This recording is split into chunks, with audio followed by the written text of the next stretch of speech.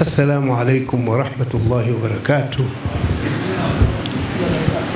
Bwana Aywa, kwanza niseme mapema kwamba uzinduzi umezinduliwa, lakini ni vyema mumjue tunayezindua shughuli yake ni nani. Kwa ufupi, tunayezindua shughuli yake ni kumjua Mtume Muhammad sallallahu alayhi wasallam. Siku zote mnasoma ayatul kursi. Mungu anasema Allahu la ilaha illa huwa al-hayyul qayyum la ta'khudhuhu sinatun wala nawm lahu ma fi as-samawati wa ma fi al-ard.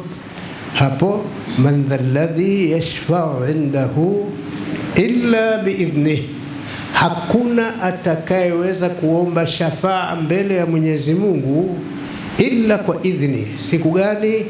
Yauma yafirru almar'u min akhihi wa ummihi wa abihi wa sahibatihi wa banihi likulli imri'in minhum yawma idhin sha'nun yughnihi. Siku hiyo, lakini siku hiyo Mungu mwenyewe sasa ndio anamtaja mtume atakuwa ni nani na ni nani kabla.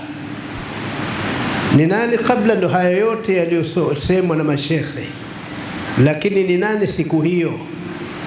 Yauma yaqumu ar-ruhu wal malaikatu saffan la yatakallamun illa man adhina lahu ar-rahman. Hakuna atakayethubutu kusema illa yule atakayeidhinishwa na ar-Rahman, Mwenyezi Mungu subhanahu. Na atakayeidhinishwa siku hiyo hakuna illa Sayyidina Muhammad sallallahu alayhi wasallam.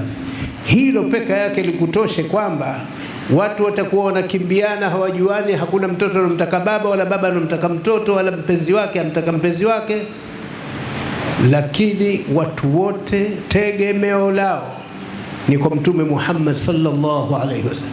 Na yeye mtume anasema, Mungu amemwambia wala sawfa yu'tika rabbuka fatarda, Mungu atakuja kukupa na utaridhika. Kuridhika kwenyewe mtume hatoridhika katika umma wake yoyote kuingia motoni, lazima anamtaka Mungu awaingize peponi. Huyo ndiyo Mtume Muhammad sallallahu alayhi wasallam.